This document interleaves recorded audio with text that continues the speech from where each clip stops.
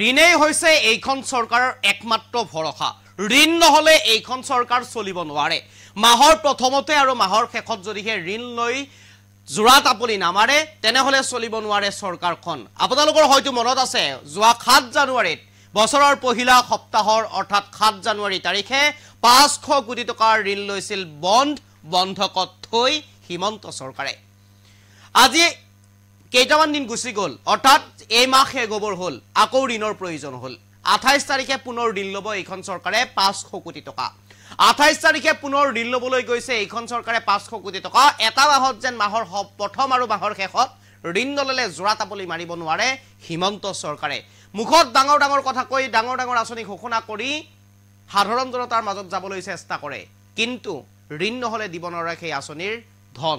এই মুহূৰ্তত সবিশেষ লৈ কাৰণে চেষ্টা কৰিছো। ঋণ নললে চলিব নোৱাৰে এতিয়া হিমন্ত চৰকাৰ। ঋণৰ ওপৰতেই যেন ভৰসা হিমন্ত চৰকাৰ। প্ৰতি মাহতে ঋণ লৈ চলি আছে ৰাজ্য চৰকাৰ। প্ৰতি মাহতে ঋণ লৈ চলি আছে ৰাজ্য চৰকাৰ। ২৮ তাৰিখে পুনৰ ৫০০ কোটিৰ ঋণ ল'ব ৰাজ্য চৰকাৰে। বছৰৰ আৰম্ভণিতে ৫০০ কোটি টকাৰ ঋণ লৈছিল ৰাজ্য চৰকাৰে।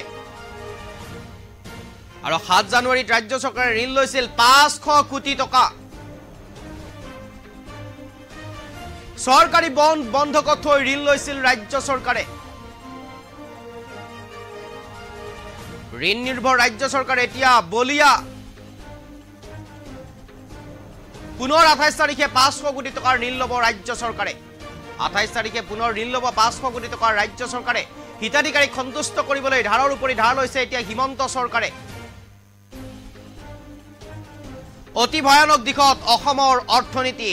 মাহৰ প্ৰথম আৰু শেষত ঋণ নললে মাহটো নচলে হিমন্ত চৰকাৰৰ। তেতেগুৰিলৈকে ধাৰত পোত গৈছে হিমন্ত চৰকাৰ। ৰাজ্য চলাবলৈ টকা নাই হিমন্ত চৰকাৰৰ হাতত, আৰু যাৰ বাবে ইতিমধ্যে এফালৰ পৰা ঋণ লৈ চলি আছে। হিমন্ত চৰকাৰৰ ৩ বছৰীয়া কাৰ্যকালত গঢ়ি উঠিছে এতিয়া ঋণৰ পাহাৰ। এফালে আঁচনিৰ ঘোষণা, হিতাধিকাৰীৰ সৃষ্টি, আনফালে ধাৰত কক বকাইছে চৰকাৰ। হিতাধিকাৰী আঁচনিৰ যিমানেই বৃদ্ধি পাইছে সিমানেই সংকটৰ দিশে গতি কৰিছে চৰকাৰৰ ৰাজকোষ।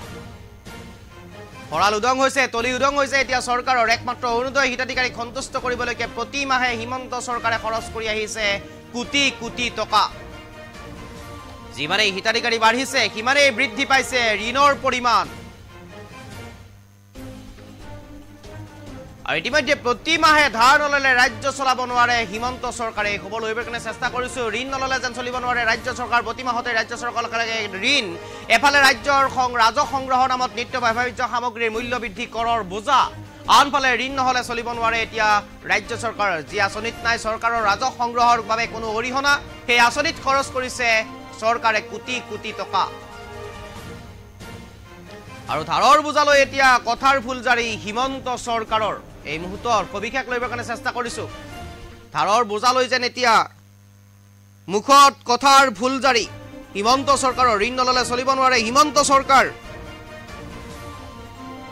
ইতিমধ্যে এই খবৰ লৈ কাৰণে চেষ্টা কৰিছো। প্ৰতি মাহতে ঋণ লাগে হিমন্ত চৰকাৰক। অহা ২৮ জানুৱাৰীত পুনৰ ঋণ ল'ব চৰকাৰে।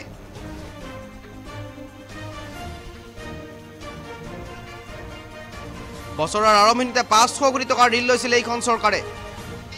পুনৰ ঋণ ল'বলৈ আগবাঢ়ি আহিছে চৰকাৰ। প্ৰতি মাহে যেন ধাৰৰ ওপৰত ধাৰ, ধাৰৰ ওপৰত ধাৰ, ধাৰৰ ওপৰত ধাৰ এইখন হিমন্ত চৰকাৰৰ।